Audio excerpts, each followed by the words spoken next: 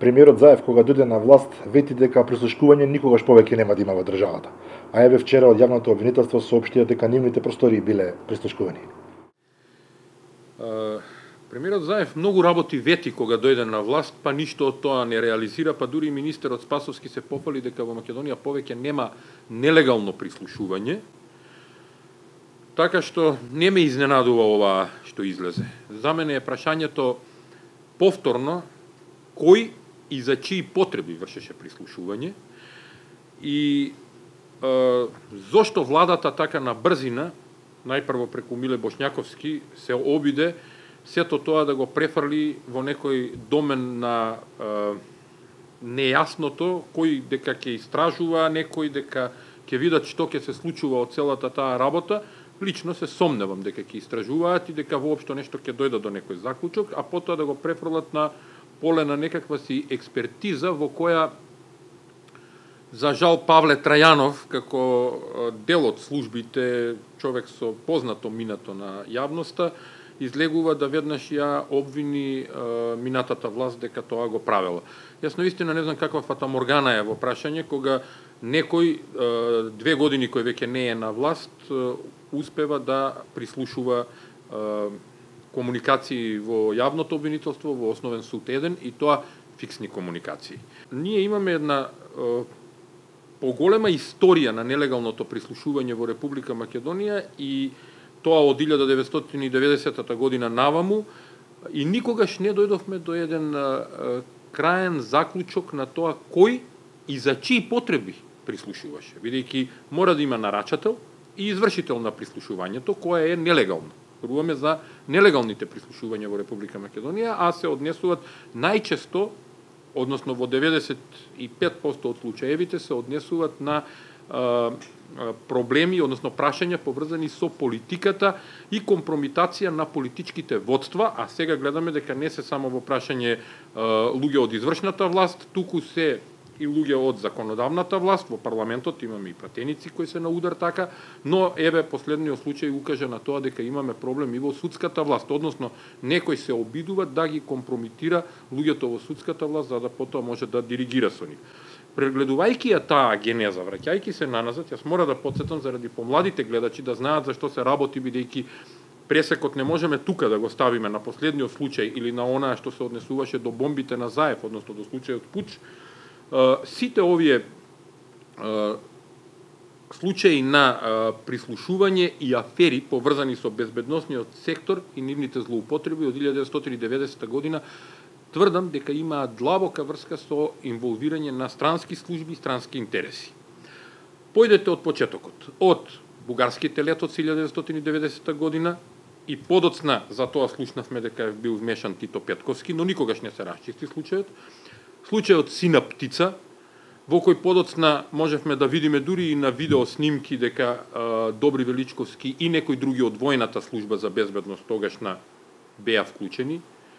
Потоа случајот Дувло, односно прислушувањето на просториите на ВМРО ДПМНЕ и вмешаноста на Богоевски во целата ситуација, па потоа атентатот на Глигоров, па да пред некој ден слушнеме дека во целата работа бил вклучен и Фрчковски, нападот врз Американската амбасада 1999 година, каде што повторно не од инсайдерски информации, туку јавно излезе дека Црвенковски со некои други луѓе бил вклучен во целата организација на нападот врз Американската амбасада. Случајот Големото уво, каде што повторно Верушевски беше вмешан со Лазаревски Ѓорги.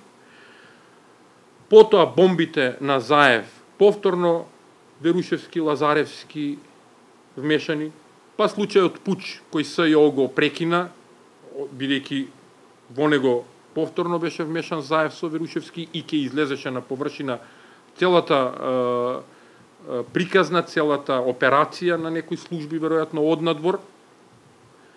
Понатаму диво населје и контактите на некои луѓе од безбедносните служби од агенцијата, посебно за разузнавање со Приштина, каде што повторно добивме во јавност информации не инсайдерски, туку отворени информации, и сега на крајот и прашањето за прислушкувањето на јавното обвинителство и Основниот суд 1 во Скопје. Сега да се вратиме на последниот случај. Значи премиерот веднаш се обиде да префрли вината на претходната власт.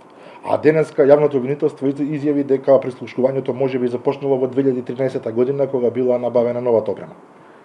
Јас воопшто не сум изненаден од изјавата на господинот Заев, бидејќи нормално е дека нема да каже да знаевме за таа работа. Се очекувам и Спасовски да излезе па да каже дека појма нема каде му е опремата од пета управа и каде завршуваат тие прислушувани разговори. Сепак, ќе се вратам на тој дел дека прво се некоординирани сами со себе. Бошњаковски изјави дека во септември 2016 година е започнато прислушувањето. Сега одеднаш се коригираат, па 2013 е започнато прислушувањето на јавното обвинителство и основен суд еден. Тоа покажува дека тие намерно сакаат да фрлат прашина во очи на граѓаните, се извинувам на тривиалното изразување, но тоа е навистина така, за да колку повеќе се замати работата, помалку се дојде до вистината. Вистината треба да биде следна.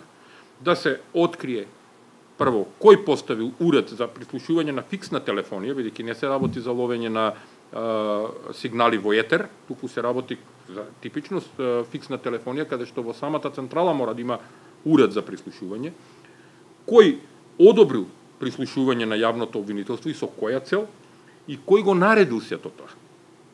Значи, Министерството за внатрешни работи мора да знае. Повторно напоменувам, целата ова забуна што сакат владата намерно, тенденциозно преку изјавите на портпаролот и на премиерот да ја внесе во јавноста, е во насока на прикривање на вистинските нарачатели. Значи, лидерот на опозицијата излезе со своје гледиште за овој скандал. Тој на Фейсбук напиша дека актуелната власт со овој скандал фактички испратила порака дека ги има во раце и судиите и обвинителите кои сега се уценети и ќе мора да се покоруваат на политички наредби. Тоа е толку видливо. Што мислите, како се влијаело врз пресудите кои се донесувани посебно за политички потреби кои ги видовме во последниот период, за кои тврдевме дека се политички монтирани пресуди. Толку на тој начин. Компромитирајќи ја судската власт, можеме да влијаеме врз одлуката на судиите.